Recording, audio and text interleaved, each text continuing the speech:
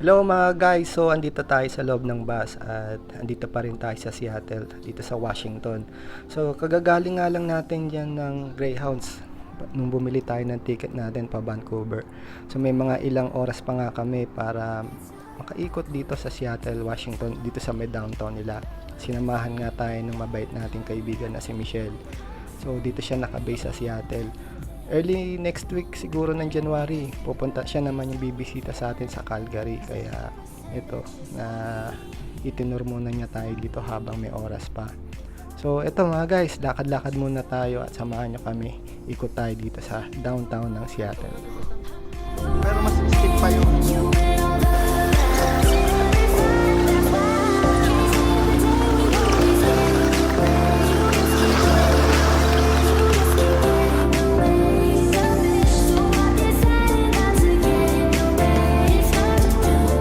Isa lang napapansin ko dito sa Seattle nang habang naglalakad-lakad kami dito sa downtown nila, parang may similarity sila ng Vancouver.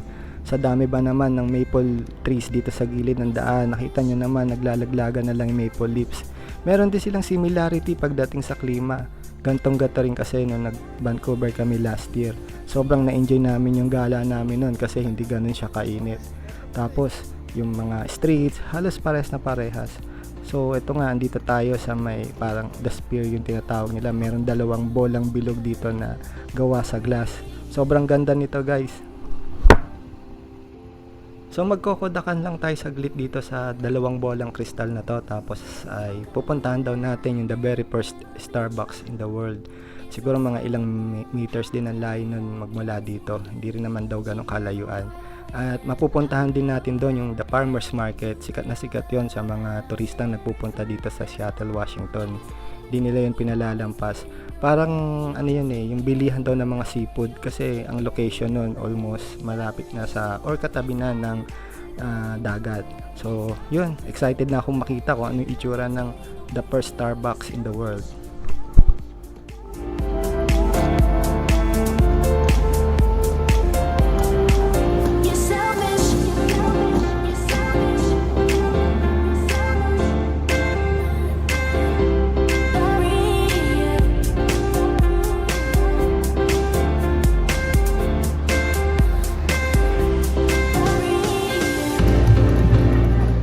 At narating na nga natin tong farmers market dito sa The Pike Place. So ito yung parang central market o ito yung pinaka market na pinupuntahan o dinadayo ng mga turista nagpupunta dito sa Seattle. Dito nga sa loob, sobrang dami nating makikita iba't ibang klaseng mga produkto dito sa Seattle. Andiyan yung mga sweets o yung mga pastries, ganyan. May mga souvenir shops din. Tapos yun nga, sikat din to sa mga seafoods. Kaya nga nasabi ko yung location nito malapit lang or katabi lang ng kanilang dagat. So ito, naglalakad-lakad. Medyo mataon itong mga panahon na nagpunta kami dito, pero okay lang, kayang-kaya. First time natin, kaya nai-enjoy pa natin maglakad-lakad. Siguro kung dito tayo nakatira, medyo bibibira natin ito pupuntaan kasi nga sobrang dami ng tao.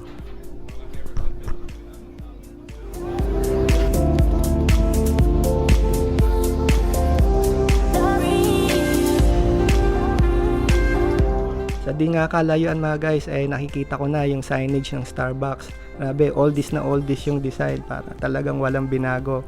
At kung ano yung inilagay na signage sa kanya nung una, yun at yun pa rin. Yun nga lang, medyo tinatry namin pumila at para naman matry natin bumili sa loob, pero grabe ang haba-haba ng pila. At isa pa, may inahabol din kaming oras ng alis kasi yung bus na magdadala sa atin sa Vancouver ay aalis na ng 1:30. Siguro almost 12 o'clock na ng tanghali at hanggang picture na lang kami muna dito sa harapan ng Starbucks. Siguro in some other time pagka mahaba yung oras natin, babalik tayo dito or pag may pagkakataon babalik tayo dito sa Seattle at hindi natin palalampasin na bumili dito sa loob ng Starbucks na to.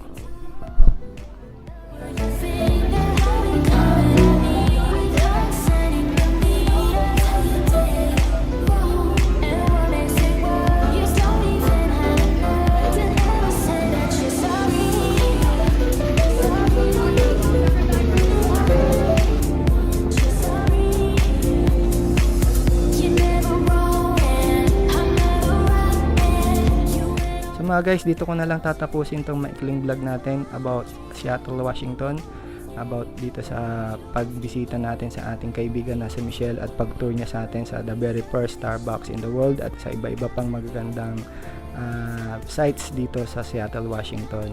At andito na rin kami sa abangan ng bus at excited na kami bumiyahe pa Vancouver at miss na namin ang Calgary. So mga guys, see you next time, see you to our next video. God bless and paalam.